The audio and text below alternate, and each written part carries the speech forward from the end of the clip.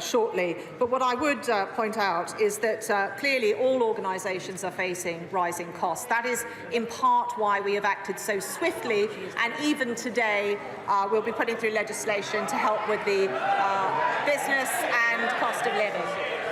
Richard Johnson. Thank you, Mr. Speaker.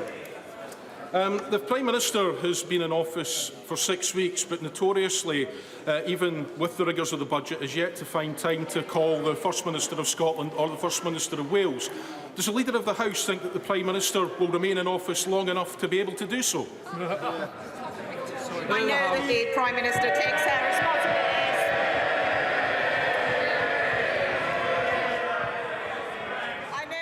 Prime Minister is now entering the chamber and sitting down behind Penny Mordaunt. Working constructively with the other administrations, and she will always do that.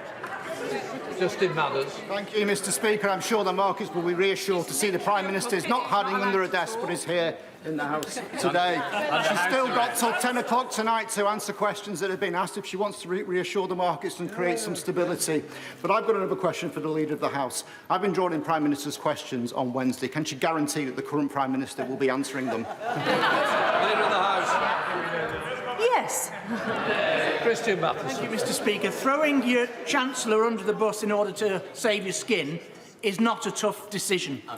Tough decisions are when you make them and then come along, show true leadership and ask people to come with you by inspiring them. This Prime Minister has done none of that. So why should we follow her when she has shown no leadership whatsoever but has hidden away? The House. I think that if you spoke to any member of the Ukrainian Parliament, they would tell you that our Prime Minister has shown leadership. Dave Dugan. Thank you, Mr. Speaker. Urgent business, we are told by the Leader, prevented the Prime Minister from coming to the House. What on earth could have been more urgent than coming to atone for the economic chaos that she has wrought on pension holders and mortgage payers across these islands, and especially in Scotland, where the party opposite enjoy no mandate whatsoever? The Prime Minister thanked her former Chancellor for the excellent work that he had done. Can the Leader of the House explain, or maybe now the Prime Minister's turned up, she can the Leader of the House explain, thanked for what? Leader of the House. The honourable gentleman will know that the Prime Minister has Prime Minister's questions every single week. He can put questions to her there. There was very good reason, as I have repeatedly explained to the House, why she could be here. You will notice that she is present here now. And I will start listening to the honourable gentleman on democratic mandates when he honours the results of the Scottish referendum. Jim Shannon. Thank you very much, Mr. Speaker. I thank the Leader of the House for her answers, but I'm not in the business of point scoring. Does the Leader of the House not agree that the face behind the budget is much less important than what the budget outlines? Is there confidence that the Chancellor can help business, help people stay in work, ensure that funding is available for the NHS and government departments cannot take further austerity, so that all of the United Kingdom of Great Britain and Northern Ireland can truly be better together? Well, the honourable gentleman is held in great affection by all members of this House and is often the finale at such UQs because he is full of common sense, and I think that what he says is absolutely right, and I hope now we will be able to hear from the Chancellor very shortly. Point of order.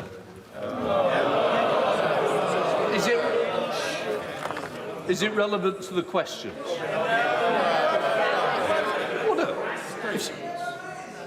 Order. If it's relevant to this, I will take the point of order. Chris Brown.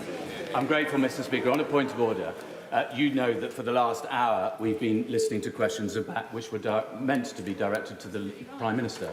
The Leader of the House said repeatedly that there were reasons that the Prime Minister couldn't be here. If there were legitimate reasons, I'm sure every single member of this House would want to hear them. Now that the Prime Minister has arrived, would this not be a perfect opportunity for her to be able to explain why she was not able to be here? Order. Just to say, and let's just put this to bed, it's not for me, it's for the government to put forward the ministers to respond to urgent questions once granted. And it's not a matter for the Chair. The honourable member has put the point on the record, and I know that the Prime Minister is now in her place, but we now come, before I call the Chancellor to make his statement. Just get up and tell us. Go on. Order. Mr. Bradshaw, I expect better. I want you to be silent while I read this out. This is very important. Before I call the Chancellor to make his statement, I would like... Does somebody... Yes, and I think so. It's a few times today. And that's the third apology. I don't want any more.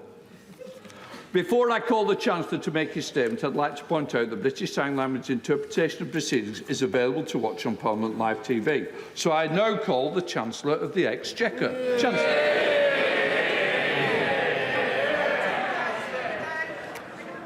Mr. Speaker, the central responsibility of any government is to do what is necessary for economic stability. Behind the decisions we take and the issues on which we vote are jobs families depend on, mortgages that have to be paid, savings for pensioners and businesses investing for the future. We are a country that funds our promises and pays our debts.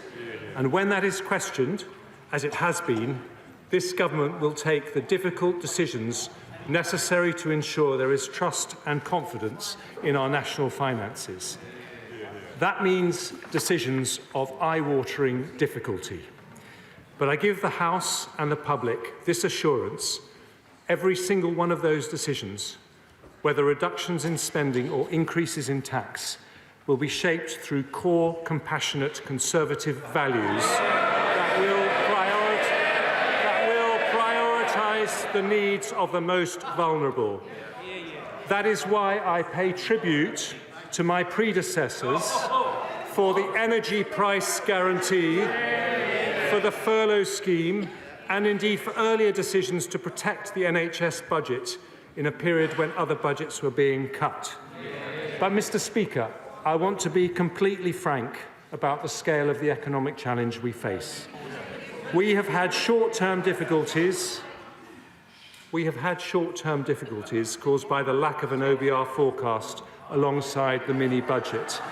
But there are also inflationary and interest pressures around the world. Russia's unforgivable invasion of Ukraine has caused energy and food prices to spike. We cannot control what is happening in the rest of the world, but when the interest of economic stability means the government needs to change course, we will do so. And that is what I have come to the House to announce today. In my first few days in the job, I've held extensive discussions with the Prime Minister, Cabinet colleagues, the Governor of the Bank of England, the OBR, the Head of the Debt Management Office, Treasury officials and many others. The conclusion I've drawn from those conversations is that we need to do more quickly to give certainty to the markets about our fiscal plans and show through action and not just words that the United Kingdom can and always will pay our way in the world.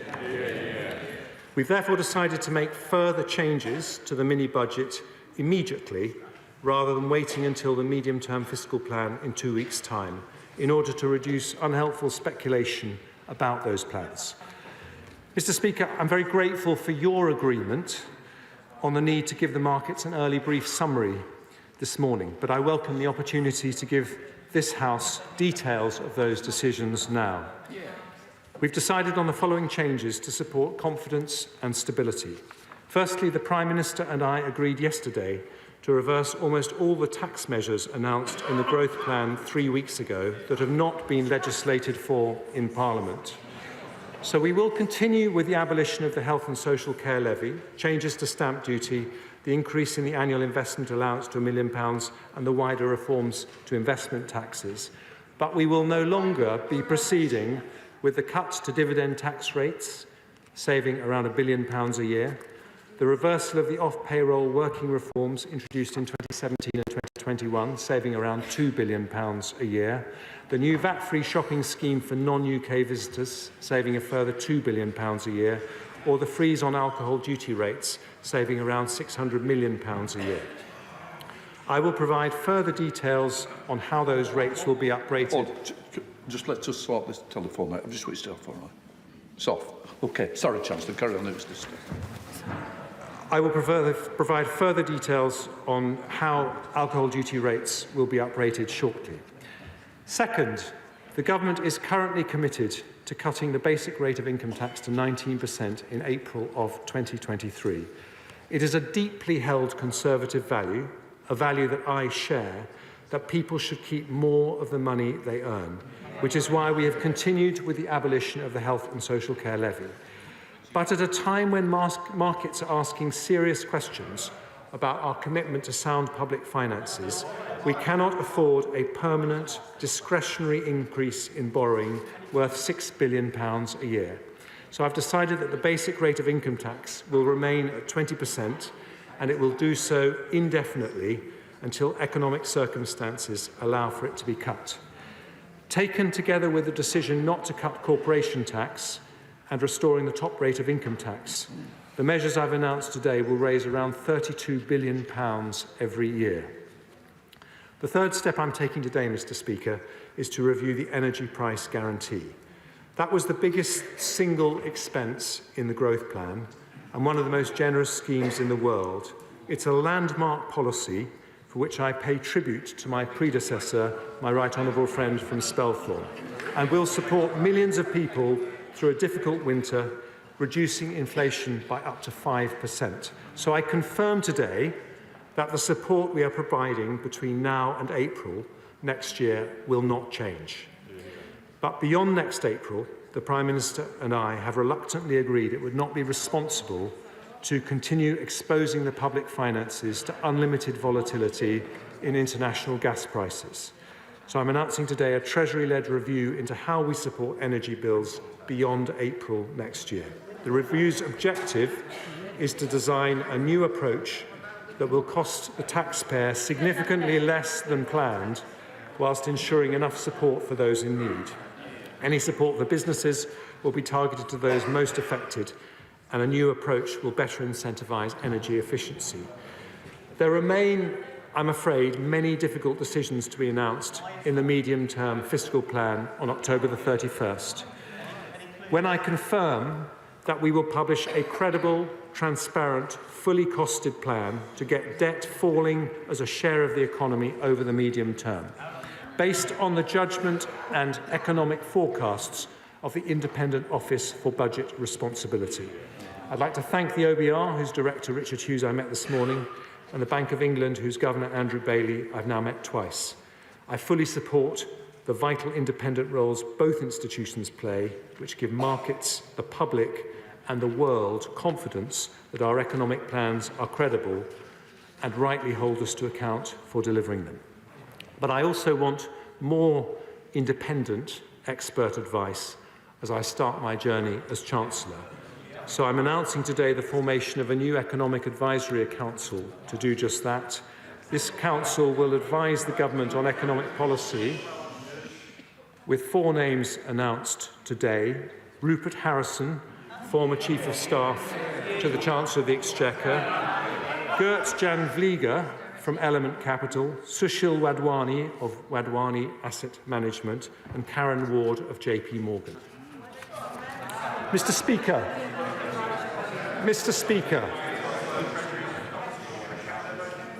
we remain completely committed to our mission to go for growth, but growth requires confidence and stability, which is why we are taking many difficult decisions starting today.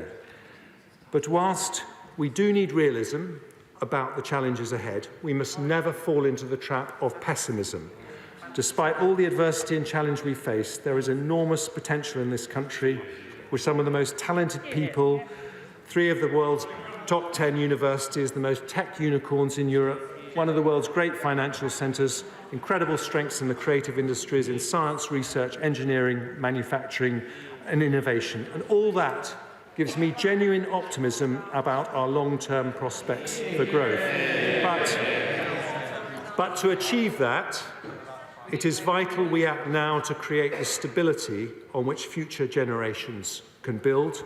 The reason the United Kingdom has always succeeded is because at big and difficult moments, we have taken tough decisions in the long-term interests of the country, and in a way that is consistent with compassionate Conservative values. That is what we will do now, and I commend this statement to the House. I now call the Shadow Chancellor, Rachel Reeves. Thank you, Mr. Speaker. As I regularly say now, I welcome the new Chancellor to his place. The fourth in 4 months of chaos and fiasco as this Conservative government spirals down the political plug hole. But the damage has been done.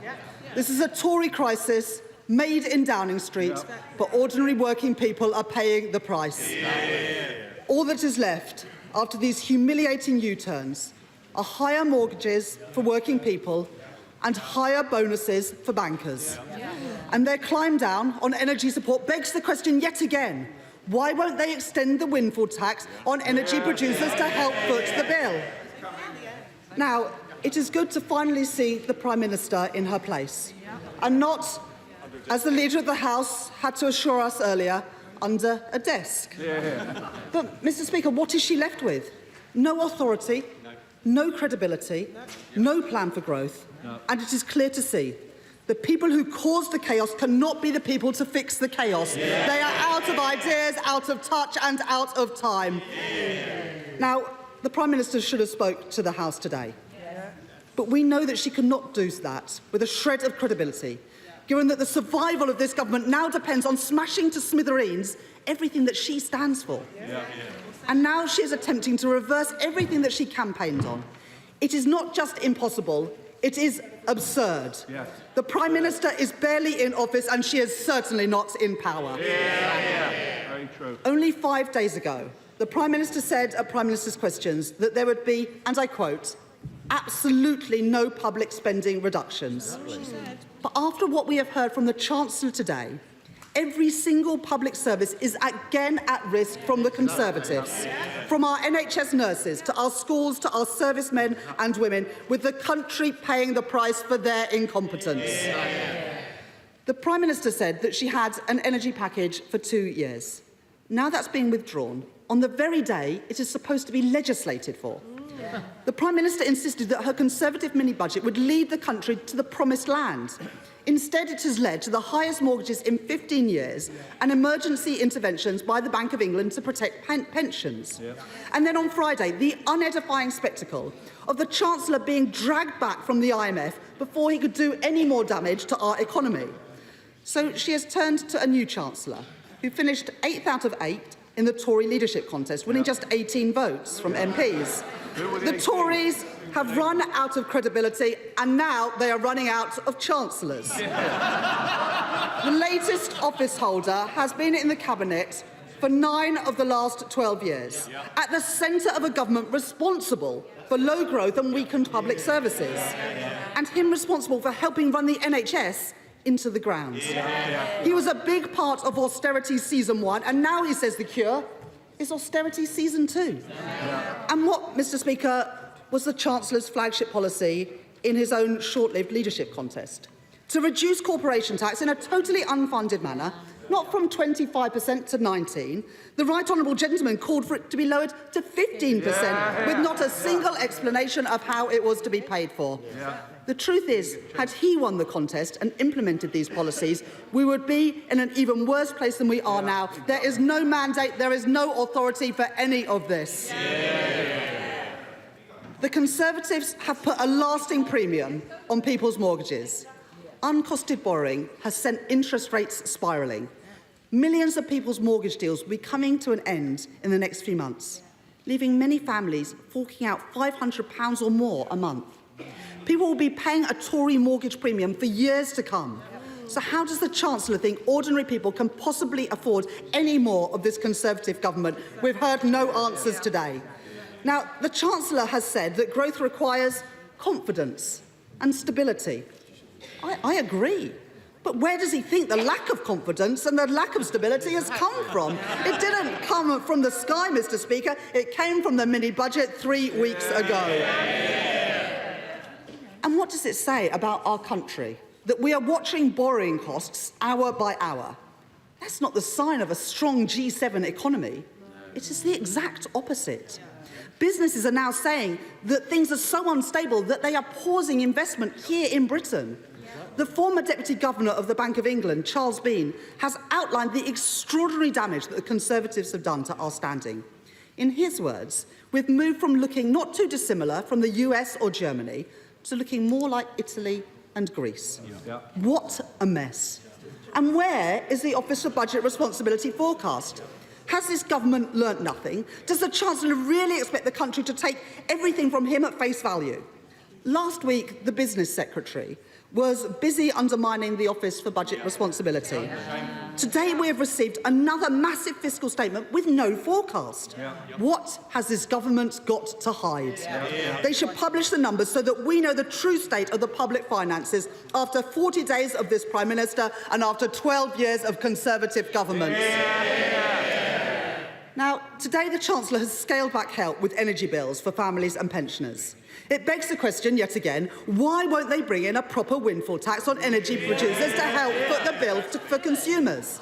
And when will the current Chancellor publish in full the government's estimates of windfall profits of the energy giants over the next 2 years? Now, no one was talking about spending cuts until the Tories crashed the economy with their mini-budget. So I asked the Chancellor, why should the British people pay the economic price for the Tories' mistakes, and what spending cuts does the government plan to make? We believe that the government must honour its commitments to uprate benefits and pensions in line with inflation. Will the Chancellor make it clear today that that is what he intends to do? And what a contrast, that cuts to benefits are still on the table, but the one thing the Chancellor couldn't bring himself to reverse today was lifting the cap on bankers' bonuses. Why is this the last policy standing in this disastrous mini-budget? And let me come to credibility. Does the Chancellor accept that once credibility and trust have been destroyed, it cannot be simply regained by a series of zigzagging, chaotic U-turns? Will he and the Prime Minister apologise for the costs and anxieties laid on families? Can he admit once and for all that the market turmoil we are in was directly caused by the disastrous decisions of his predecessor and of the Prime Minister? Can he guarantee that the Bank of England won't have to intervene again to save the government? And what guarantee can he give to people about their pensions, about their mortgages and their household bills?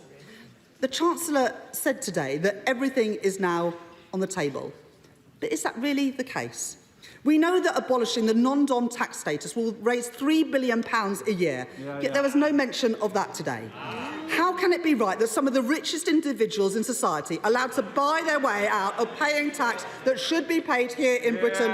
This would not be an eye-wateringly difficult decision, Mr. Speaker, so why doesn't the government just do it? There is lasting damage, which these policy U-turns won't change. They've set fire to everything. Now they insist it is all fine. The truth is, Mr. Speaker, an arsonist is still an arsonist, even if he runs back into a burning building with a bucket of water. Because they can't be trusted. The Tories are clinging on for themselves regardless of the cost to the country. Trickle-down economics will always fail. What drives forward our economy are the talents and efforts of millions of working people and thousands of ordinary businesses. The government's economic credibility has been destroyed. They have harmed our economic institutions. People are paying higher mortgages. The same set of people doing U-turns isn't going to fix it. The only way to change this is a real change in government.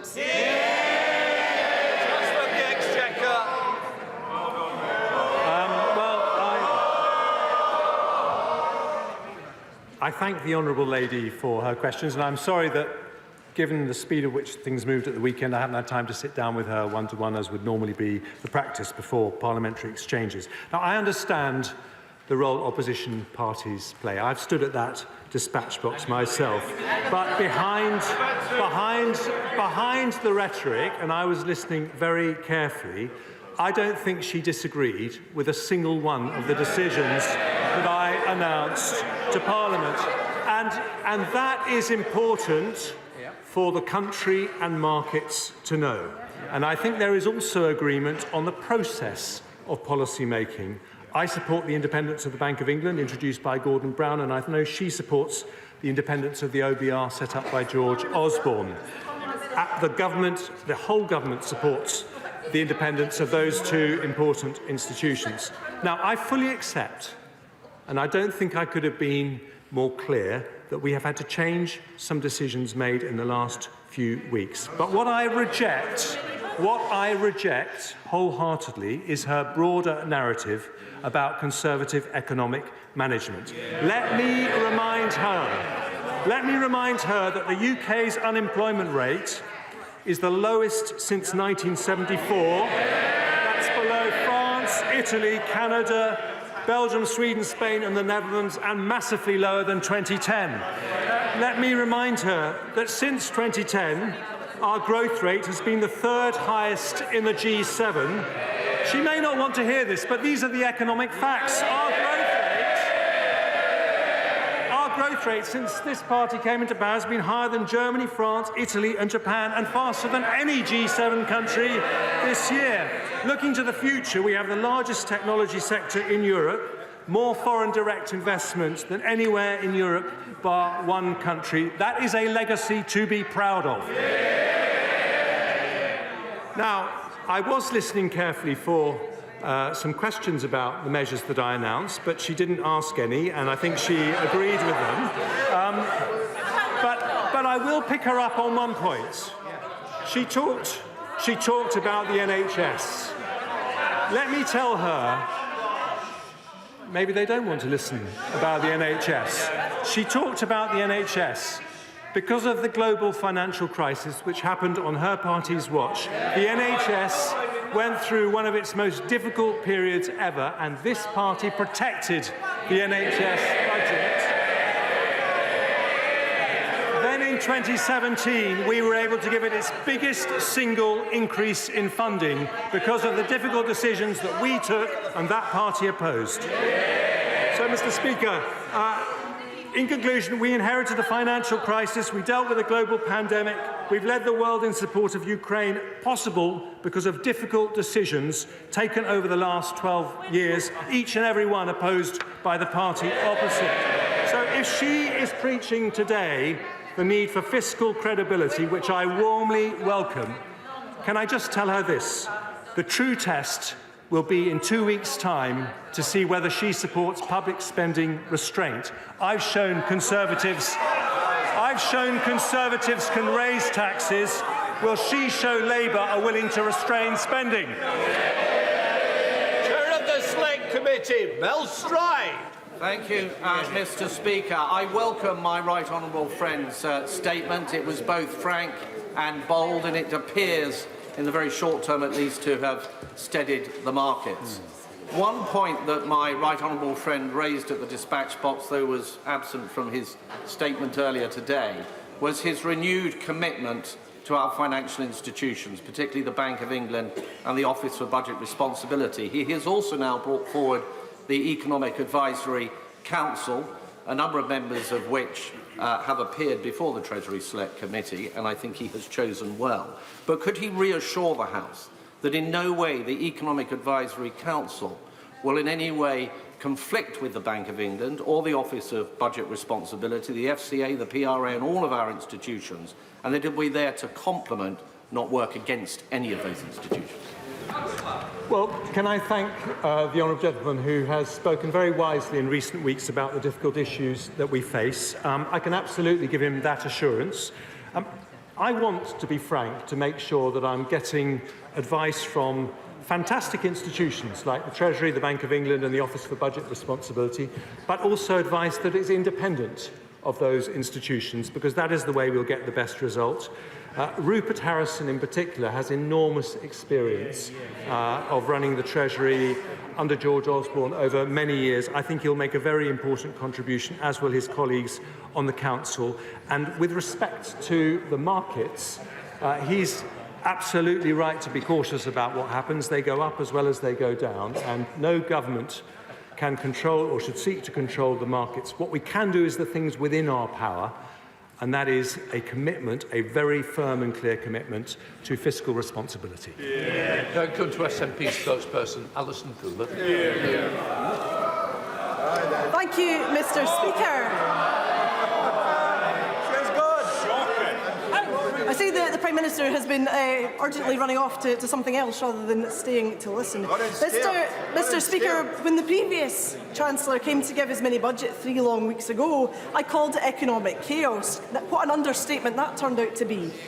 I'm not sure words have yet been invented to describe the scale of the unmitigated disaster which the Prime Minister and her Chancellors have created in the past 24 days. We're back where we started, significantly worse off due to Tory incompetence. And isn't it just as well that in Scotland, the Scottish Government didn't take the advice of Tory MPs to copy and paste before the front bench here deletes all? And people will be paying the price for this for many years to come through higher interest and borrowing rates.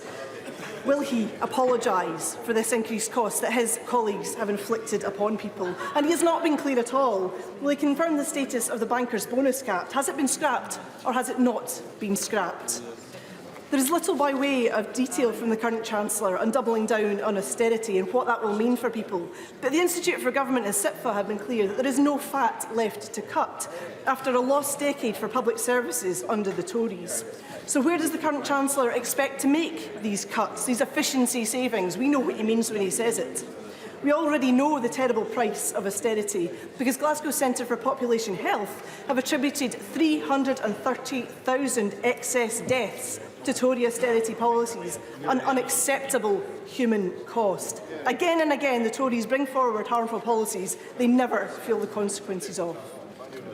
And we know that guarantees mean nothing under the Tories either. The so-called energy price guarantee turns out to be worth 6 months, not 2 years, a cliff edge looming next April. National Energy Action have said that many vulnerable people were holding on by their fingertips. Government must be very, very careful it doesn't prize them away. So can he tell us exactly what will happen for households in April? The scale of increases make almost everybody vulnerable, except perhaps his banker pals. And what will happen to the most vulnerable when inflation soars as a result of the return of spiralling energy costs? The previous Chancellor never got around to telling me what will happen to business energy costs at the end of their 6-month reprieve. So can the current Chancellor tell me what support businesses signing impossibly expensive contracts as we speak can expect?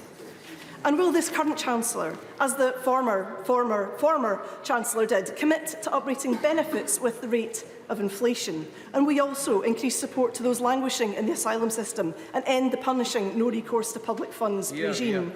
Will he cancel the benefit cap and scrap the 2-child limit, which is trapping so many children in poverty? Where is his compassion for them? Will he invest in renewables, carbon capture and storage, and a comprehensive energy efficiency and installation package? And finally, Mr Speaker, does he understand, does he really understand, when looking at broken Britain, the chaos that the Tories have wreaked and the prospect of a bleak Brexit future under both Labour and the Tories, that more and more of Scotland's people are looking at the comprehensive independence prospectus set out by the First Minister today and moving towards the vision of a fairer, greener, more prosperous Scotland back in the heart of Europe where we belong? Well, Mr Speaker, it's a pleasure to exchange comments with the Honourable Lady. I look forward to working with her closely in the months ahead. I would remind her that this Conservative government is spending £37 billion this year to support people across the United Kingdom with cost of living concerns. That is possible because of difficult economic decisions that the SNP have opposed at nearly every stage, and that includes large support for businesses up and down the country. But the main thing I would say to her, very gently, is that she cannot claim to be concerned about the economic turmoil of the last few weeks, when the central policy of the SNP, independence, would leave turmoil for Scotland, not for a few weeks, but for many, many years to come. A new currency, somehow finding a way to trade with the UK internal market, but also the European single market. Border checks between England and Scotland, as announced today by the First Minister. A massive gap in public finances that would have to be breached. That is a recipe for precisely the austerity she says she's worried about. Let me say this. If we want economic stability, if Scotland wants economic stability, to coin a phrase, we are stronger together. Sir John Redmond. What will the impact of these measures be on the growth rate, and will we still avoid recession? I will publish the economic forecasts from the OBR when I make my statement in a fortnight's time, and I think it's better for me to wait until I hear that. But the proper answer to his question is that what we are seeking is long-term sustainable increase in the economic growth rate, and that is a central policy of the Prime Minister, which has my wholehearted support. Margaret Hodge. Thank you, Mr. Speaker. I think the country is feeling a sense of relief that trickle-down economics has been so quickly abandoned. But there was one element in the mini-budget which the new Chancellor did not address, and that was the issue of investment zones. That is we have great evidence all over the place about how that, as a mechanism for encouraging growth and jobs and prosperity, has failed from the Thatcher years onward. All that happens is they're incredibly expensive. We lose income from them.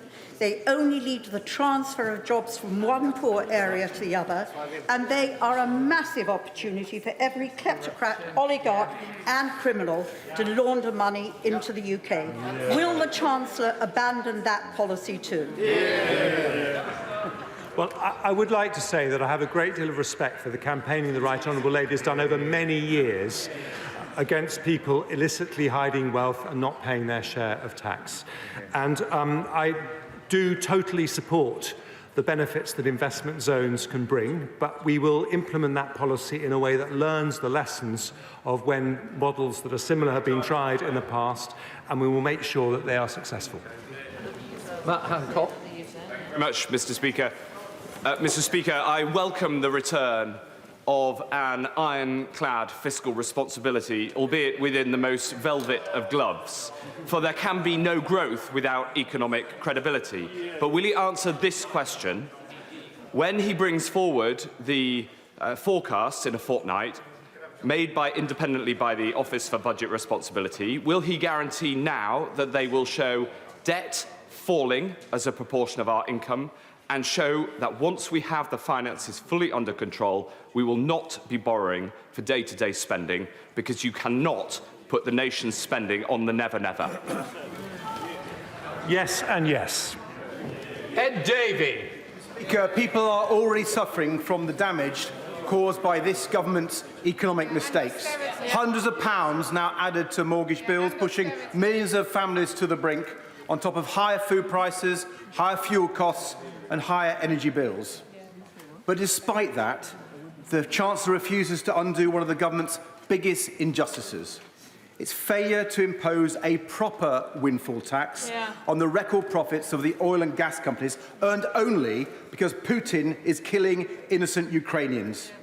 After so many U-turns, surely the Chancellor can persuade the Prime Minister to do one more. Will he introduce a proper windfall tax and help struggling families?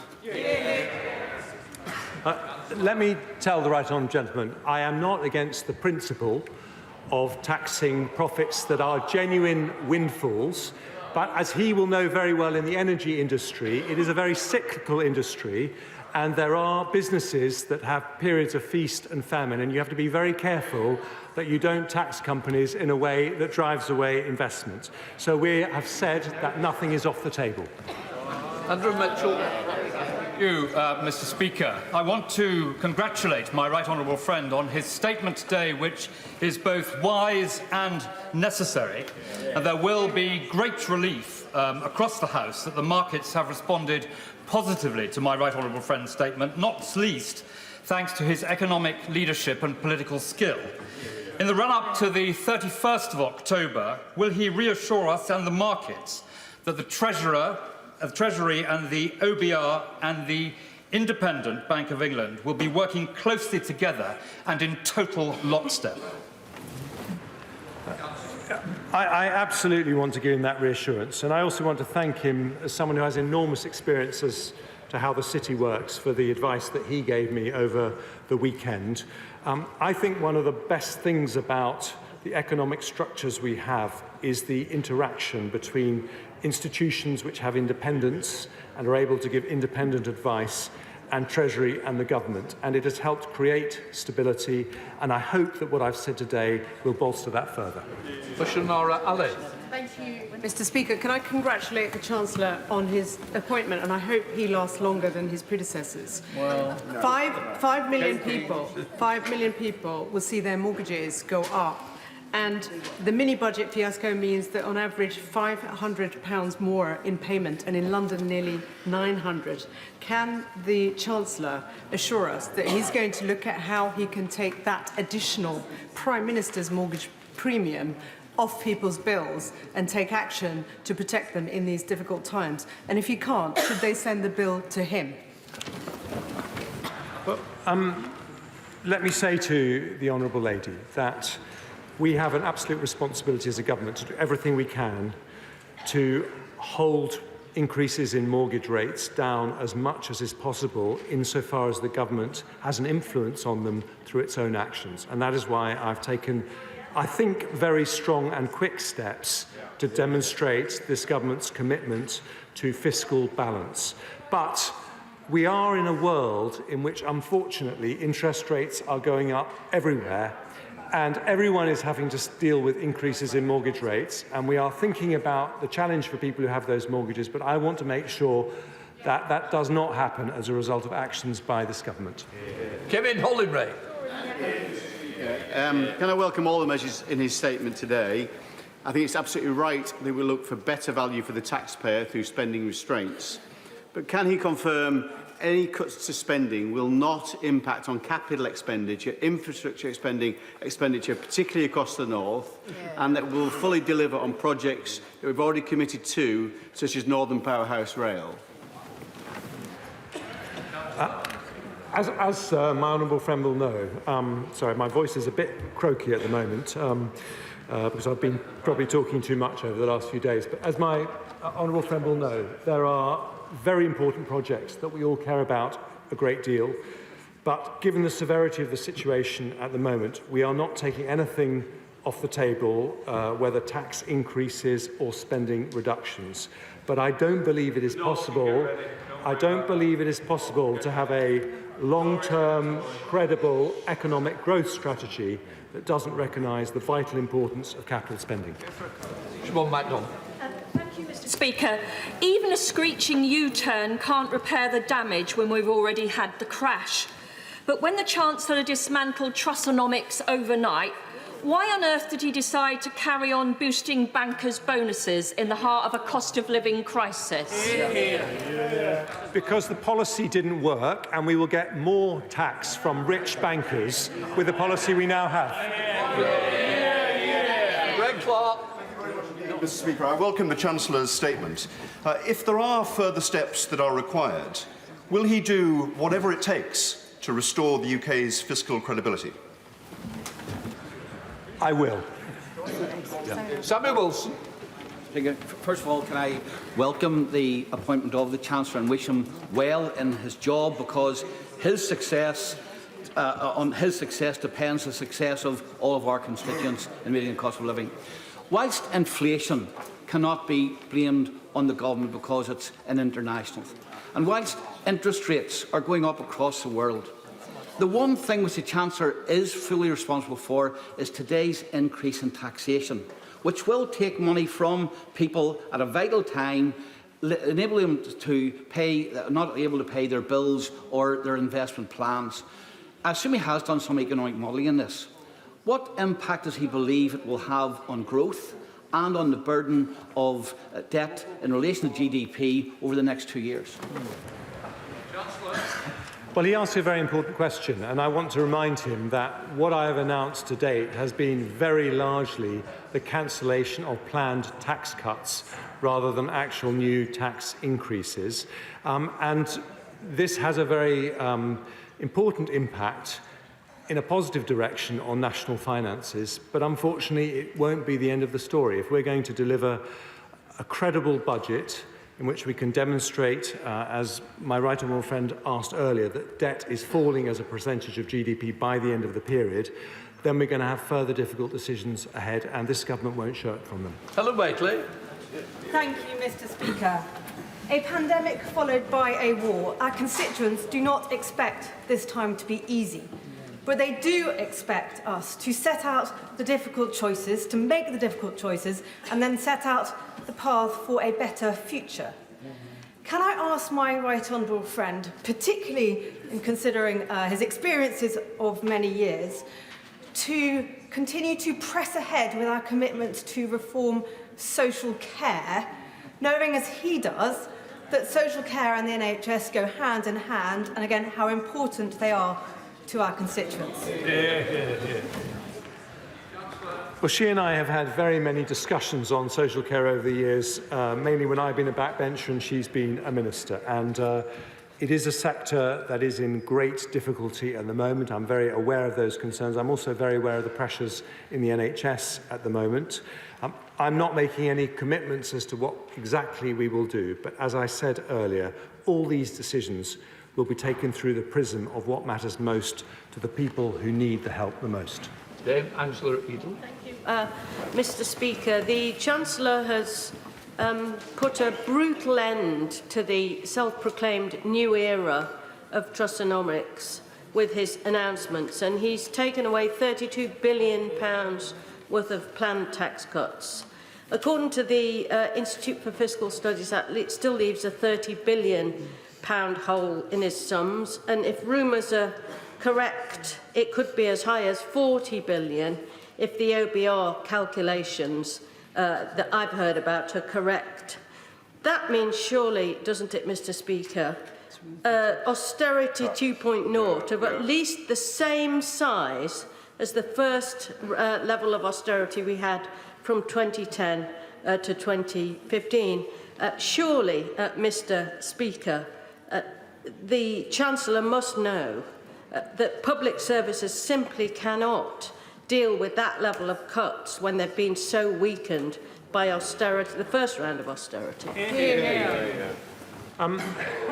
Let me say to the right honourable lady, I was a cabinet minister in 2010 when we had very difficult decisions to take in the wake of the financial crisis, and my department's budget was cut by 24%. And I don't believe we are talking about anything of that scale, and I think it's likely that cash spending will continue to go up. But that said, I want to be completely frank with people. We are going to have very difficult decisions, both on tax and spending, in the next couple of weeks. We will try and take those decisions as compassionately as possible. So it's going to be tough going forward, but I don't expect it to be on the scale that she suggests. Sir Edward Lee. I congratulate the Chancellor on his soothing and competent tone, and of course we've got to calm the markets, but what is our vision? Of course we accept the shortcomings. Of course we accept the shortcomings of the mini-budget, but does he accept we can't just slide into a sort of second-rate economy and go in the direction of France with a bloated public sector, the higher taxes for 70 years, gross inefficiencies. So by the time of the next election, can we as a Conservative Party promise to get taxation back, at least the level it was when we started this Parliament, and get corporation back to one of the most competitive in Europe? Otherwise, what is the point of the Conservative Party?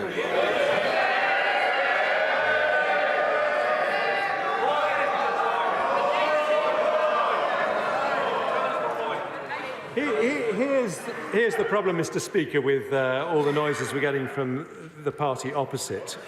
This compassionate Conservative government was able to step in with massive help from members of the public with the furlough scheme, with the energy price guarantee, because we took difficult decisions on the economy in the years that preceded it, each and every one that was opposed by the party opposite. I say to my right honourable friend that the point of a Conservative government is to build a strong economy. That's what we will do. It's the job.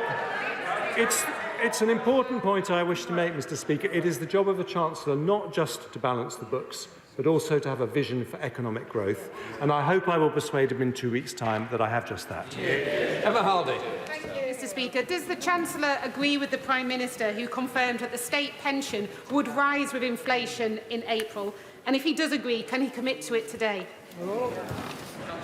Well, I'm very aware of how many vulnerable pensioners there are and the importance of the triple lock. But as I said earlier, I'm not making any commitments on any individual policy areas, but every decision we take will be taken through the prism of what matters most to the most vulnerable.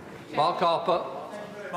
Mr. Speaker, can I thank the Chancellor for his robust defence of Conservative economic policy over the last 12 years. More of that, please. And my inner chartered accountant can't but help welcome the fact that he's reassured me that it is the Treasury's job, essential task, to make sure the sums add up. Yeah. Can I ask him a little bit about the review of the energy price guarantee? It's right, I think, to focus taxpayer support on those that need it most, but can I draw to his attention that 1/7 of the population are not on the gas grid. 40% of my constituents are not. As he designs that system to protect the most vulnerable, can he make sure it works for everyone in the country, wherever they live and however they heat their homes? Well, I look forward to lots of useful advice from his inner accountant over the months and years ahead. I will certainly bear that point in mind. The issue with the revised scheme that we want to announce for the energy price guarantee is that I think most people agree with the logic of targeting support where it's needed the most. But we need a scheme that works practically, and it is not actually particularly easy to design that kind of scheme. So we're going to do as much work as we can, and we'll announce what we're going to do as soon as we can, but we'll certainly bear in mind the points he made. John MacDonald. The backdrop to today's statement isn't just the chaos of the last fortnight. It is also a report of 3 weeks ago that demonstrated, as a result of austerity, there has been over 300,000 excess deaths. Can I ask him in his preparations for the 31st of October that he recognises that unless he increases benefits by at least the rate of inflation, there will be more excess deaths and suffering? Yeah. He will know, because I've said it many times today, that I'm not making firm commitments on any individual elements of tax and spending, but I hope he is reassured that I've been very clear about the values through which we will take those decisions. Mr. Ehrlich. Thank you, Mr. Speaker. I congratulate my right honourable friend. He has hit the ground running in this job. These are difficult decisions. They're the correct decisions right now. We all aspire to tax cuts in the future, but he's right that we actually have to have the money to pay for those. But could I ask him, as he prepares for the 31st of October, to look in detail at how we address what is the most, in my view, deep-rooted problem this country faces and has done for decades, which is our current account deficit. We will not truly get rid of these issues until we restore a better balance in our national finances. Can I ask him to make that a priority? Well, I thank my right honourable friend for his question, and I agree. Ultimately, it is not sustainable to have a permanent current account deficit, and that is something we need to address. Bentley. The Chancellor announced that he will be reviewing the energy price guarantee.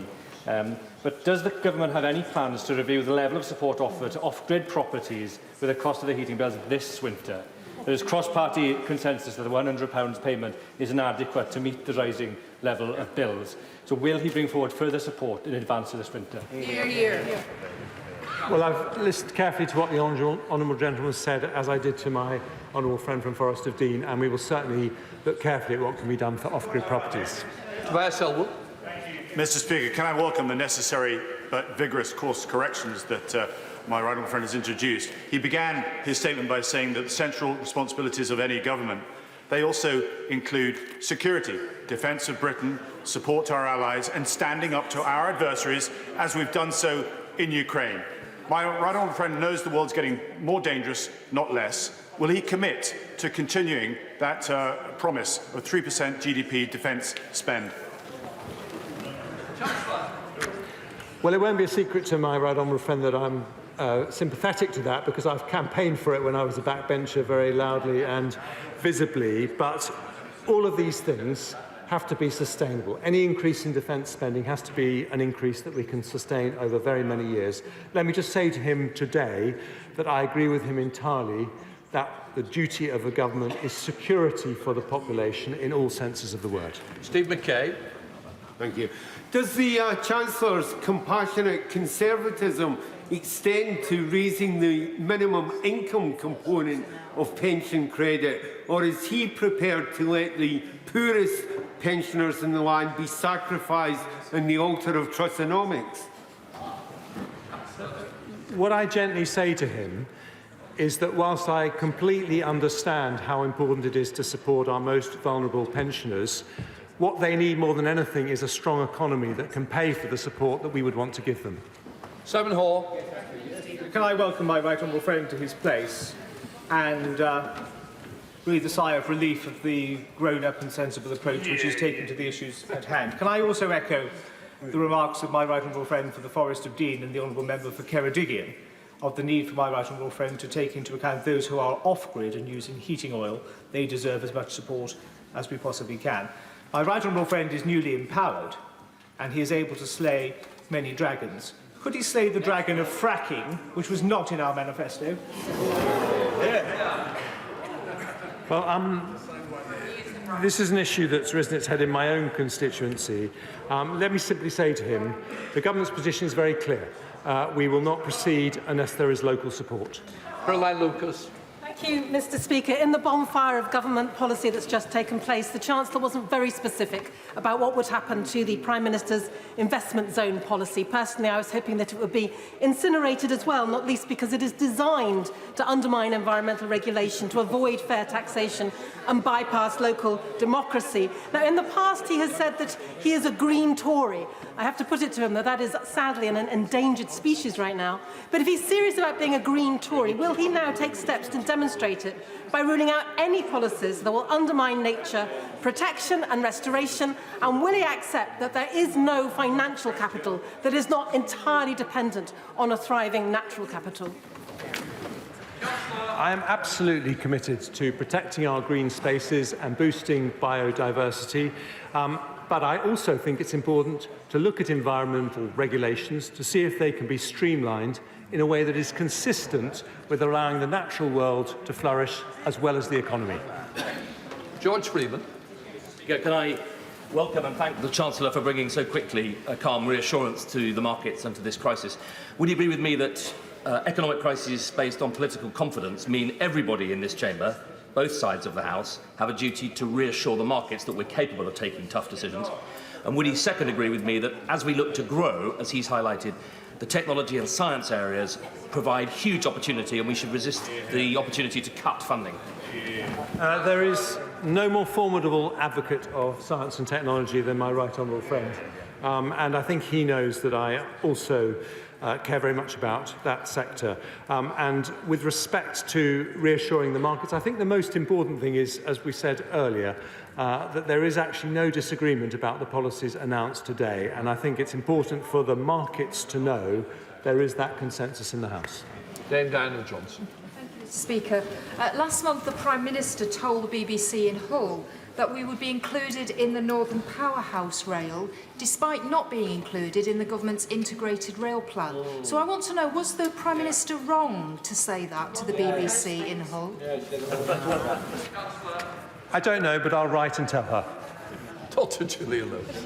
Mr. Speaker, may I warmly welcome the Chancellor's earlier remarks about defence and security. As it took us very many years to pay off this country's colossal Second World War debt, am I right in thinking that the huge costs of COVID and of Putin's aggression in Ukraine cannot possibly be cleared completely in the short to medium term? Well, I wish I could answer that question, but as he will know better than me, this appalling saga is far from over, so we don't know what the total costs are going to be. I thank him for his very rapid, not entirely unexpected lobbying on defence budget issues since I took up this post. And what I would say to him is that I think the job of the Chancellor of the Exchequer is to make sure that our economy is strong enough to fund the role that Britain wants to play in the defence of democracy and freedom all over the world. Speaker, I have worked with and against the Chancellor of the Exchequer on many occasions, and I've learned he's an honest man. But can I tell him today that he just said in his remarks that this country is always good at rising to the challenge of big and difficult times. Can I tell him what I hate about what he said today, really do hate about it, is there was no note of contrition. This big and bad was started by his lot only 2 weeks ago. And it's not just big and bad, it's a national disaster that he did not give one word of contrition about the mess his party's made of this country. Well, all I would say to the honourable gentleman, for whom I do have the greatest respect, and we have many, many exchanges in this House over the years, is that I think actions speak louder than words. And I don't think I could have been plainer in going out this weekend and what I've said today in accepting that mistakes were made. But what the country wants to see is us correcting those mistakes, and that's what we've done. Steve Bryan. My right friend knows that I'm very pleased to see him in Downing Street, and the sense of relief expressed to me this weekend as I've been out and about in my constituency was palpable.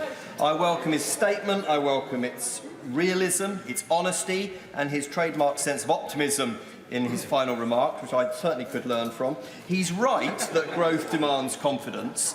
So does he have confidence that when the bank make their decisions a week or so after his statement in 2 weeks' time, that a rise in interest rates, which is terrifying my constituents, the mere prospect of it, is not inevitable?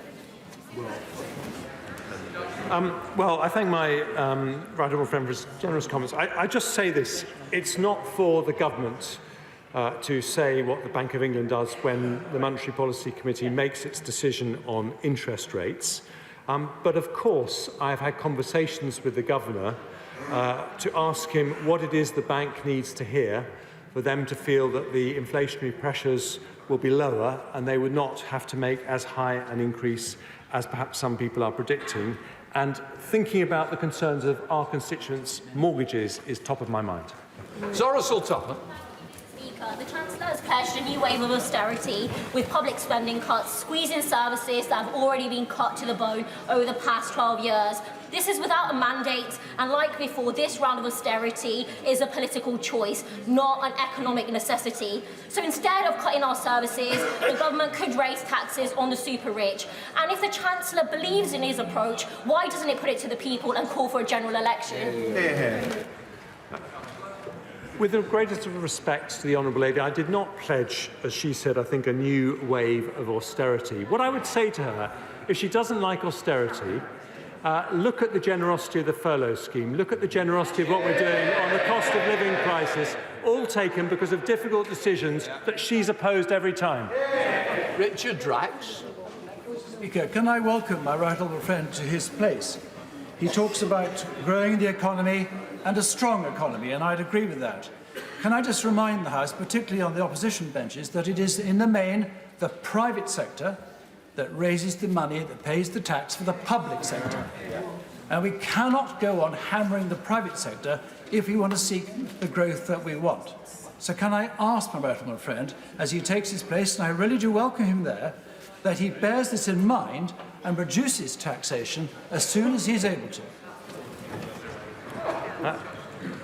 The answer is yes, and to demonstrate that I understand what he's talking about when he talks about the private sector, I'm going to say some words that I've always dreamed of saying from behind this dispatch box, which is that I used to be an entrepreneur. Stuart Halsey. Speaker, when the Chancellor spoke about difficult questions to be faced in the future, I hope he's not going to fall into the old trap of trying to cut his way to growth. It can't work. It never works. But can I actually welcome what he did today, the screeching U-turn on the vast majority of the mini-budget from the Prime Minister and his predecessor. But given he's done that, and I do welcome it, can we have a guarantee from him today that so long as he has anything to do with it, there will never be a return to extremist, crank, experimental think tank economics? I'm happy to offer that guarantee if he will agree to explicitly reject the extremist crank think tank economics of Scottish independence. Robert Halford.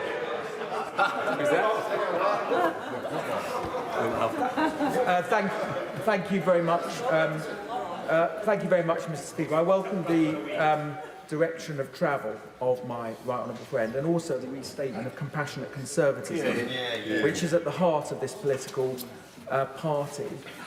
Could I just ask my right honourable friend that when the previous government had to rightly cut the Conservative government under Chancellor George Osborne had to cut the deficit and cut debt, they also helped the most needy with the cost of living, introducing the living wage and cutting taxes for lower earners, introducing a fuel duty freeze, but they also invested in skills and apprenticeships. And I know he's not going to give me an answer now, but could I ask him, will that be his guiding philosophy as he goes forward in his new role?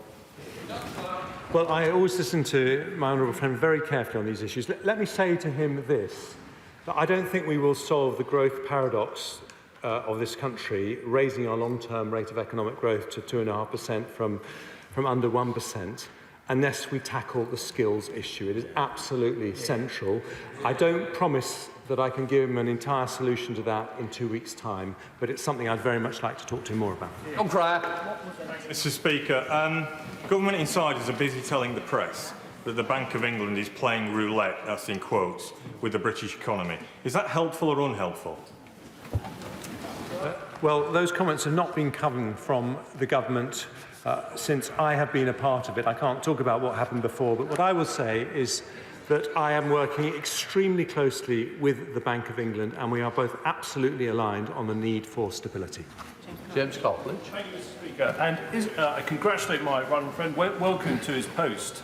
This is one of the crucial points that one of the weaknesses of the plan for growth is that fiscal and monetary policy were effectively contradicting one another, and that when we talk about working with the Bank of England, what that really means is fiscal and monetary policy working in lockstep so that we deal with inflation, which is actually the biggest economic challenge we face.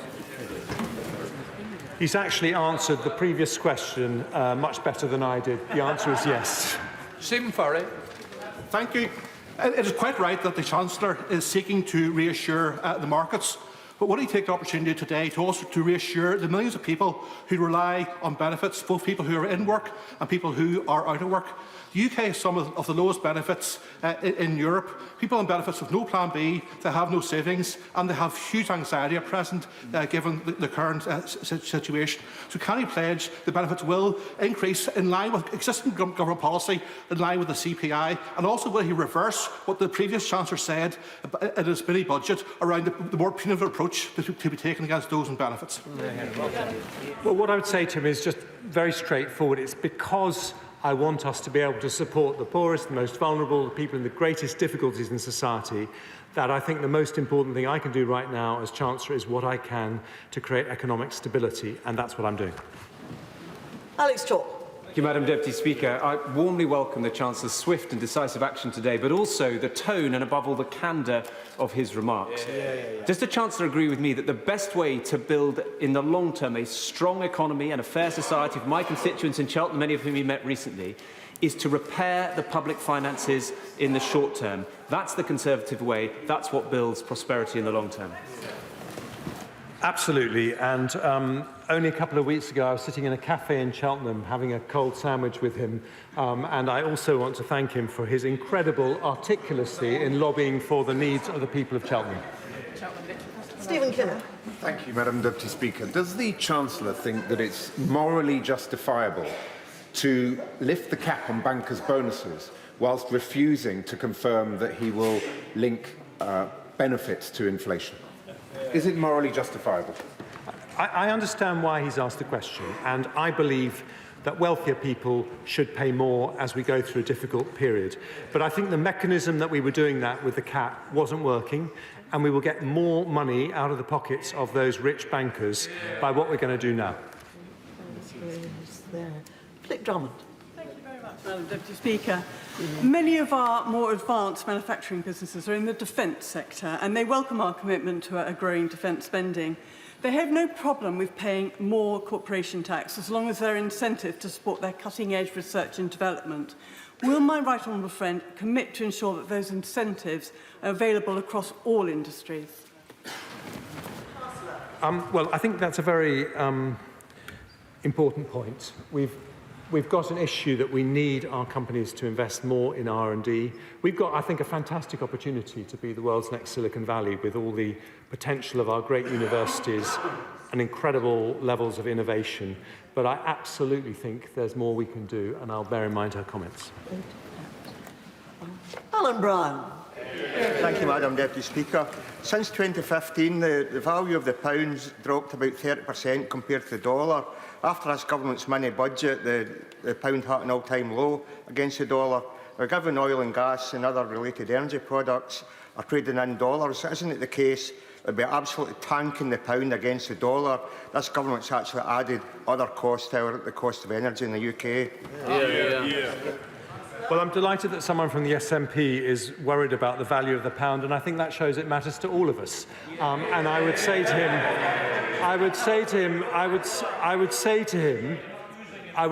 him, in all seriousness, governments cannot control the value of currency and should not seek to do so. But insofar as our actions affect the stability of our markets, including the currency markets, the one thing we can do is show that we're balancing the books.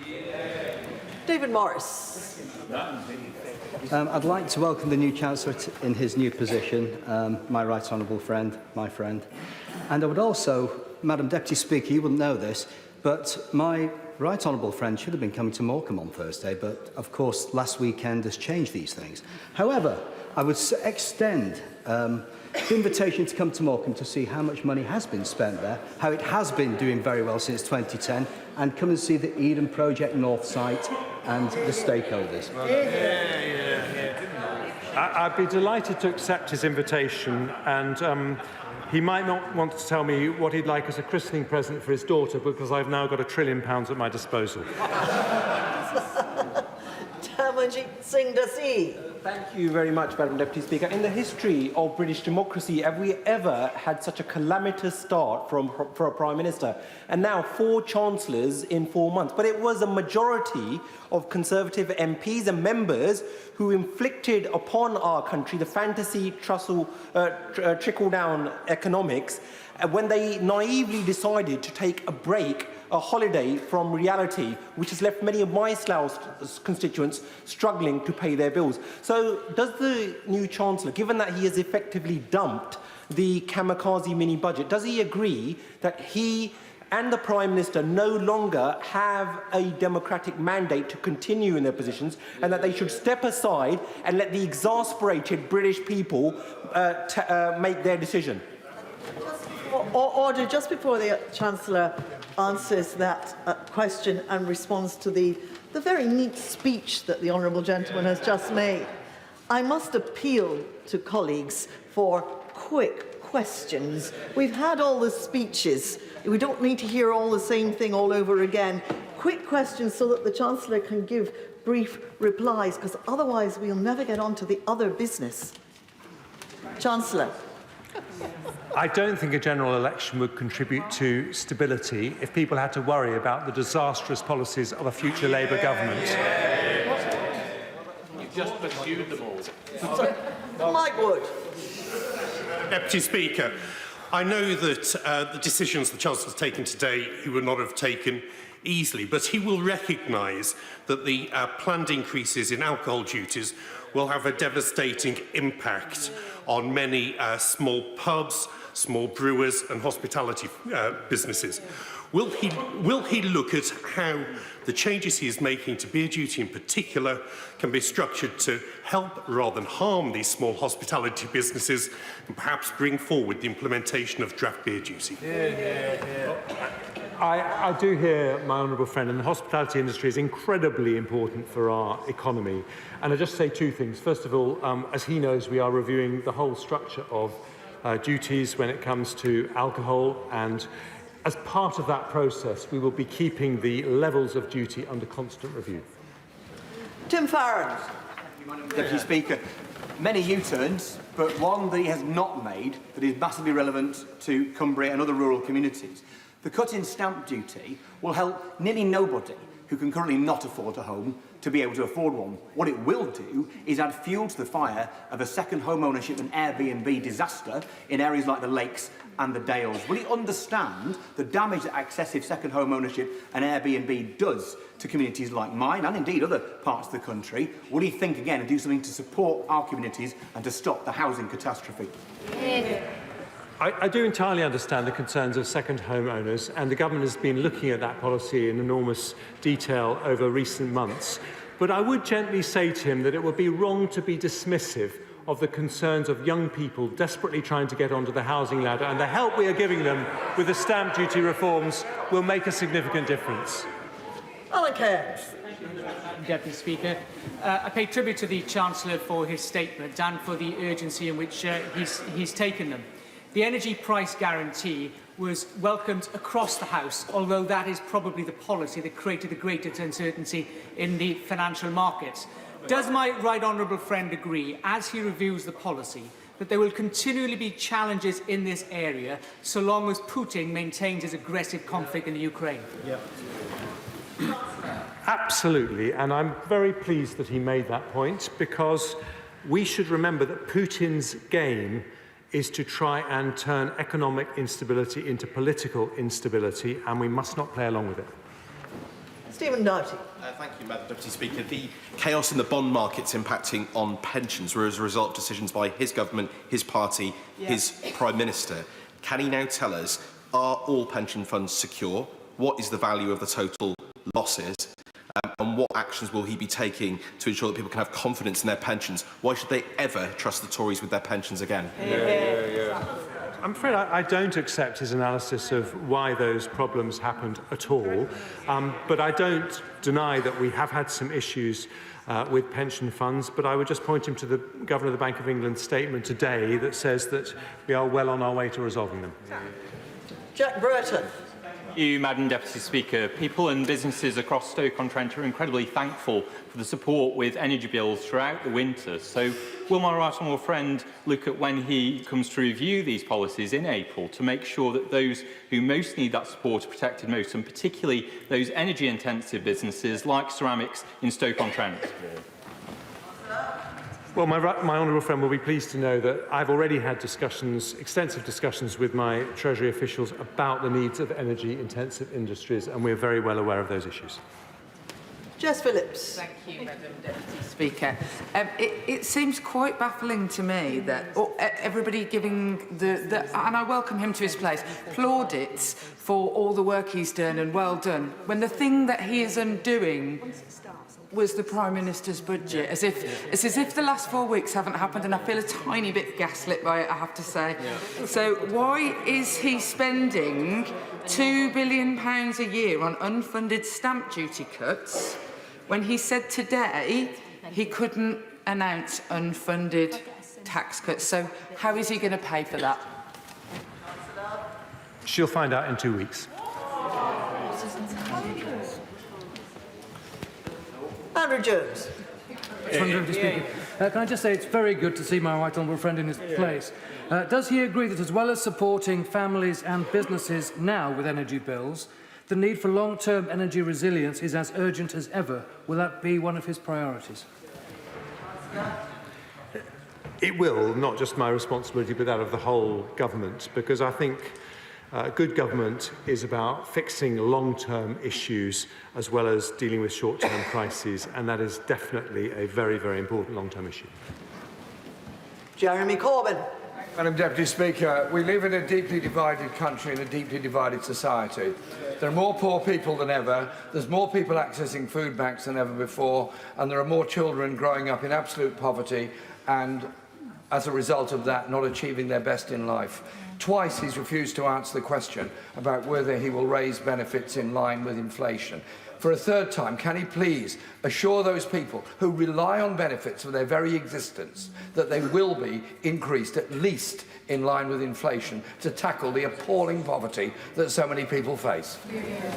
Well, I respect the right honourable gentleman for pressing me on that issue, because I understand how important it is. And let me say to him The reason I'm not able to give him the answer he seeks is because I'm not giving that answer on any area of spending or any tax policy. The situation we face is extremely grave, and we have to look at these issues in the round.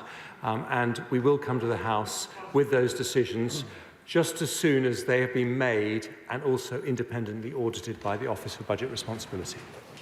Laura Farris. Speaker, I welcome the rapid grip my right honourable friend has exerted on the public finances. It's been reflected throughout the day by the rally in sterling and gilts. But can I seek clarification of his comments on investment relief? Will he maintain his commitment to seed enterprise investment schemes focused on science and technology? They are thriving sectors in my constituency, and as he alluded to, they are the engines of our future economic success. Well, I ran a small technology business for 14 years, so it's very much where my heart is. And I think there's a massive opportunity for the UK to create something a bit like the City of London, something that can really pay an enormous amount of corporate tax for many, many years to come. So I just want to say to her now, although I can't give her the answer, I am determined to grip that opportunity. Pete Wishart. If the Chancellor would like to take this opportunity to concede that he is now the de facto Prime Minister and it's he that calls the shots in government in what must be the most bizarre and surreal coup in political history. But I'm wondering, in this new role, does he think that the current Prime Minister is a help or a hindrance to his economic objectives? Look, I just say this. It is the most challenging form of leadership to accept that a decision you have made has to be changed. And the Prime Minister has done that, and she has done so willingly because she understands the importance of economic stability, and I respect her for it. Ian Levy. Thank you, Madam Deputy Speaker, and I welcome my right honourable friend to his place. Would my right honourable friend please give the constituents, my constituents of Blythe Valley, an assurance that this Conservative government will continue to support the most vulnerable in society with their energy bills in the months ahead? I will absolutely give that assurance, and I will say to him his own background is in mental health, and he understands just how vulnerable people can get, and those concerns will be topmost of our mind. Grant Davis. Yes, will the Chancellor, before he goes on a spending cut spree of public services, look at the analysis in today's Financial Times that says for every £1 invested in the NHS, it generates £4 in growth? And will he also do what he can to protect poorly paid health workers who are facing much higher mortgage costs due to his government? Well, until he got to the end bit, I was going to say that sounds like the question I should have been asking the previous Chancellor as Chair of the Health and Social Care Select Committee. I'm very aware of how the NHS doesn't just cost us money, but can contribute to our growth. And I think there is an enormous opportunity for this country to become one of the life science giants in the world. Robin Walker. My right honourable friend, his place and his focus on both fiscal responsibility and compassionate conservatism. Further to his very welcome answer to my right honourable friend from Harlow, would he agree that money invested in the skills and the education of the most disadvantaged is money well spent, which will benefit the fiscal growth and stability of our country in the future? I absolutely do. And I think there are many economists like Paul Johnson who would say that if we really want to have the productivity, the levels of wealth and prosperity of places like Germany and Singapore, then the skills gap is the biggest gap we have. I think it's scandalous that for decades, governments of all sides of this House have not been able to deal with the fact that around 100,000 people leave school every year unable to read. And I think these are very important issues, but I want to be honest, this is not something I'm going to be able to address, or the government's going to be able to address in the next 2 weeks, but it is absolutely something we'll have to come back to. Chris Bryant. Thank you, Madam Deputy Speaker. For all the hand-wringing and soft soap, I'm afraid I don't think this one's any better than the last Chancellor. Yeah. Well, he's been present at all the failures over the last 12 years. The failure to invest in the NHS, the failure to make sure that we had PPE in time for a pandemic, the failure to deal properly with the invasion of Ukraine and the annexation of Crimea. In 2014, and, exactly. And all of these things, he has been there at the scene of the crime. And the biggest problem is, We will now have, as a result of 12 years of Tory economics, we will have the highest tax take in our history, and still the highest borrowing in our history, and probably the largest tax cuts in our history. Why is this the only country, the only major economy in the world that has not yet grown to the level that it was before the pandemic? I actually have a lot of respect for the honourable gentleman as a great parliamentarian, but will he allow me to say that there isn't really a polite word to describe the nonsense that he's just said? We inherited the worst financial crisis since the Second World War from his party, and since then we are the third highest growing country in the G7. He talked about the NHS, which had a 20 billion increase in funding on my watch, 40,000 more doctors, nurses and other clinicians, and there's more to come if we take the difficult decisions to grow our economy that his party always opposes. Holly Momley-Croft. Deputy Speaker, my honourable friend the Chancellor knows very well the importance of steel, both to my Scunthorpe constituency and to our country. Will he confirm that the energy support package for business remains unaltered, and that when the Treasury enters into the 3-month review, they will do so mindful of the strategic value of steel? Yes and yes. Toby Perkins. Thank you very much, Madam Deputy Speaker. Firstly, when the Chancellor gets to speak, can he withdraw the claim that Labour opposed the furlough? Because actually we didn't. We supported furlough. Yeah. But secondly, the Chancellor was of the view, the previous Chancellor was of the view that if you reduce corporation tax, more money came back in revenue, and indeed, in his own short-lived leadership contest, he seemed to be saying the same thing. He proposed even greater cuts to corporation tax. So can he now tell us, does he believe that an increase in corporation tax will raise more revenue, or, what, as he previously said, less? Let me just say this to the honourable gentleman. I didn't say that Labour opposed the furlough scheme. What I said is, you like it when we spend money, but you oppose all the measures necessary for the economy to be able to afford them. And when it comes to corporation tax, I would love to reduce corporation tax. And in the long run, I think you do get more money. Well, I'm answering his question. You do get more money back, but it has to be on money that you actually have. It can't be on borrowed money. And that's why we have changed direction. Anthony Mangnall. Madam Deputy Speaker, and I'm utterly delighted to see the right honourable gentleman in his place, and it was an honour to be on his campaign team at the very beginning.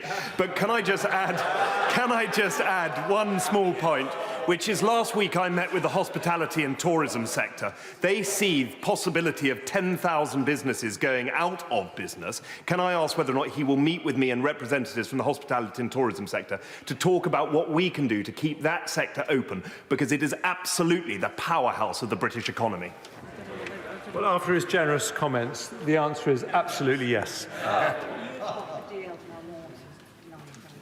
Beth Winter. Thank you, Madam Deputy Speaker. The Chancellor has today raised the prospect of further departmental savings. He actually means cuts. But from the TUC to the IFG and the Welsh Local Government Association, it's agreed that there's nothing left to cut. So when will the Chancellor listen to the Wealth Tax Commission and others urging the government to raise tax on wealth and non-earnings income rather than decimate public services that our constituents rely on? Excellent. We already, with Conservative support, ask wealthier people to pay far more tax than people on low means. But the kind of taxes that she is advocating would destroy the wealth of the overall economy. I mean, we have less money for the NHS and for people who need it the most. John Stevenson. I appreciate the Chancellor has some really difficult decisions on tax and spending, but if we are to grow the economy, we must maintain the capital expenditure that we have. Up and down the country, there are a number of projects that were allocated funding 3-4 years ago that are now out to tender that can be built in the next 12 to 18 months, but they may have a slight shortfall. Will the Chancellor be sensitive to those projects? Because if we are to grow the economy, it is these sort of capital projects that we need to start. Well, look, I absolutely agree about the importance of capital to the long-term growth of the economy, and indeed not just those projects, but many other projects. So yes, we'll be sensitive to it. but I'm afraid that doesn't mean that we won't have to take difficult decisions. Brendan O'Hara. No, it's not here. Right, the honourable gentleman disappeared before my very eyes. Ronnie Cowan. No, it's not here.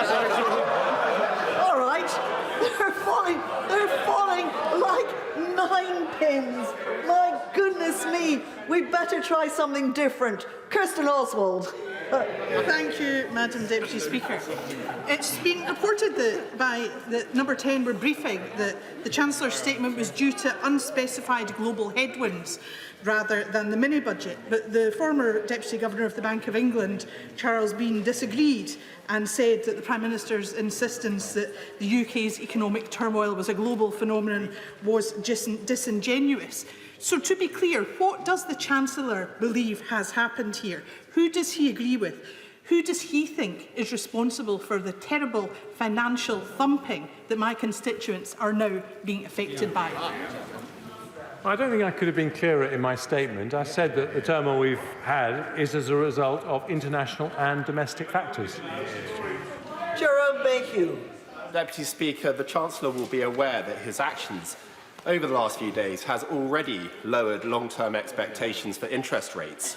So can my right honourable friend set out for the House what impact he anticipates that will have on mortgage rates in my constituency of Broughton and across the country, as well as on the government's ability to fund future services?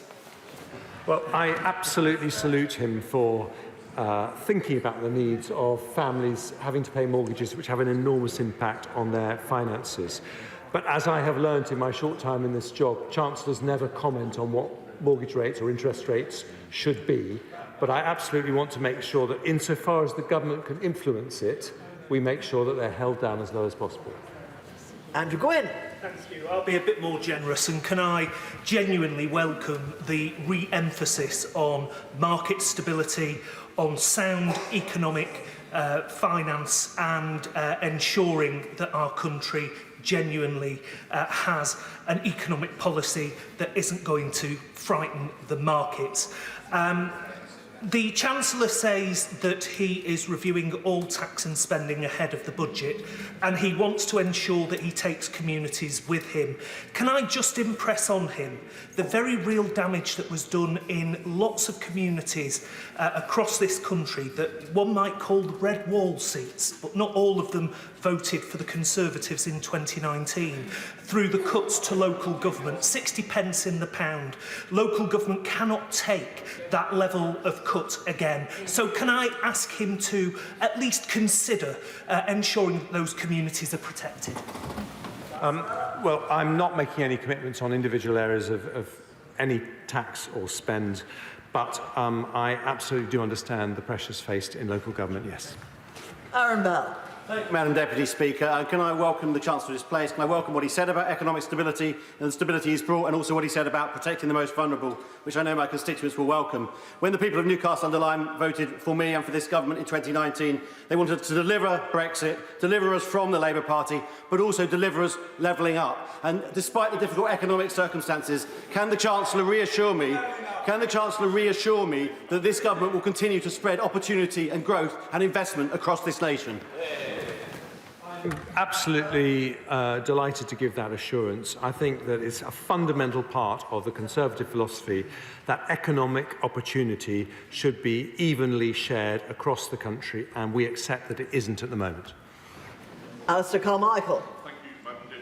The Chief Executive of the Scotch Whisky Association made the point this morning that time after time, freezes in spirits duty has delivered more revenue to the Treasury, contrary to all the forecasts from the Treasury. The Chancellor will know that that is correct. So why does he think it would be different this time?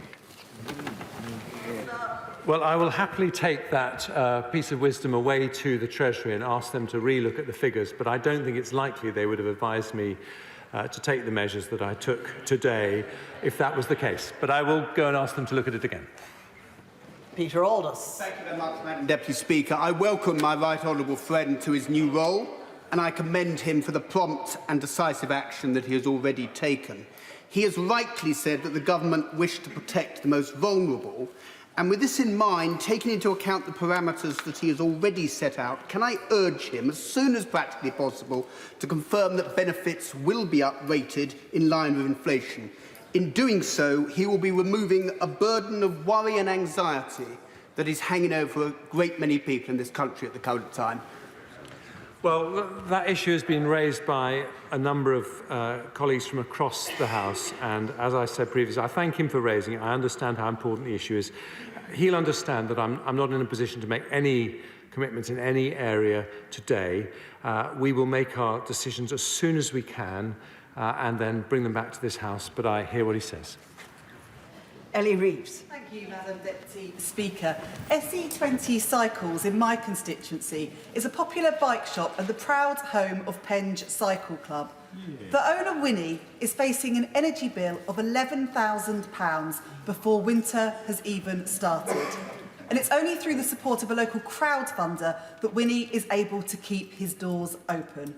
So what does the Chancellor have to say to SE20 Cycles and the thousands of small businesses like them that face higher energy bills, higher rents, higher prices, and frankly the terrifying uncertainty because of this government's incompetence? Well, we introduced the energy price guarantee precisely because we care about families and also businesses that are facing unexpected increases in their fuel bills. So I'll write to her to tell her exactly how we're supporting small businesses in her constituency. Richard Holden.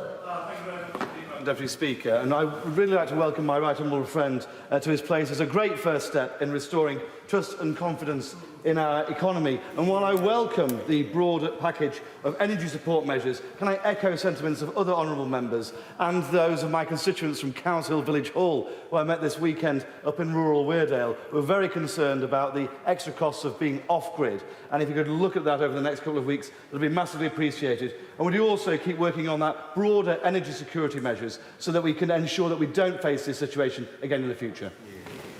Chancellor. Absolutely do that. Gavin Newlands. Brexit merited not one mention in his statement, because the truth is, Madam Deputy Speaker, that this economic crisis was baked in when his party committed to a hard Brexit. It was just a matter of when, although the Prime Minister substantially brought that forward. The then Member of Parliament for South West Surrey said that service levels and investment in public service would be massively impacted by Brexit. So did the Chancellor agree with the then Member for South West Surrey? I'm very sorry. I missed the last part of his question, and so I want to give him. I'm not sure if he's allowed to say it again, but on the first part of his question, I would just simply say that when it comes to Brexit, the UK grew faster than the Eurozone countries since 2016. So I don't accept his analysis. James Morris. Thank you, Madam Deputy Speaker. Can I warmly welcome the Chancellor to his place? He, more than anybody else, will be aware of the pressures that are in the health and social care system as we enter a difficult winter. And would he be able to give reassurance to the people working in the NHS and to patients across the country that he will maintain levels of funding necessary to cope with those winter pressures and also cope with the challenges which the health and social care system will face in the future? Well, I'm one of, I think, only two Chancellors who has been Health Secretary, so I'm very, very aware of the pressures in the NHS. And I'm not making any commitments, but I would say that when it comes to the NHS, the whole country wants to make sure that it's able to cope with not just winter crises, but also the pressures that we've had since COVID. So we will look at that very, very carefully. But I would also like to see reform in the way NHS funding is spent, because I think we can do better with the large sums that we spend already. Barbara Keeley. Thank you, Madam Deputy Speaker. After the government's disastrous mini-budget, I heard from a constituent, a single-person first-time buyer, who had been saving to buy a home for 7 years and who can no longer afford a mortgage. She described that as a kick in the teeth. What does the Chancellor of the Exchequer say to my constituent and to all those ordinary people across the country battling price rises, struggling with increased mortgage costs and having their pensions hit because of the effects of 3 weeks of instability caused by the economic incompetence of the current Prime Minister and her government? We've listened to her concerns, we've changed our policies as a result, but also, in fairness, the rise in interest rates is not just because of actions taken by the UK government in the last few weeks, it's because of global factors, and we will do everything we can going forward to shield people like your constituent from those global factors, but we can't do everything. Dr. Ben Spencer. Madam Deputy Speaker. There we are. That's the new Chancellor, Jeremy Hunt, confirming to MPs that he has ditched almost all of the Prime Minister Liz Truss's tax cuts announced in the mini-budget 3 weeks ago, one of the most extraordinary U-turns in recent political history. For Labour, Rachel Reeves said the government had caused lasting damage. Policy U-turns could not change. They had set fire to everything, she said, and are pretending everything is now fine. Our Deputy Political Editor, Sam Coates, is with me here. Quite some climb down this and quite some moment in the Commons. That's right. I mean, I think today possibly was the biggest set of U-turns since maybe Dennis Healey went to the IMF, maybe since Suez. So we are talking about an entire credo of a new government being put in the dumpster and set on fire. And what Jeremy Hunt did across the last, 90 minutes or so in the Commons is he made clear he was prepared to torch almost every single bit of what Liz Truss has promised, whether it's the tax cuts that were announced 3 weeks ago, whether it's the promise to protect spending in defence, whether it's the promise never to do another windfall tax on the energy companies, whether it's to maybe even come for parts of the triple lock on pensions. Just an extraordinary array of things that he has now, promises that have come out of Liz Truss's lips, now in the bin because of this urgent need to reassure the markets. I think it became actually, Mark, I don't think people really realise this, it became a lot more urgent this morning. A bit of the pension fund industry was about to collapse.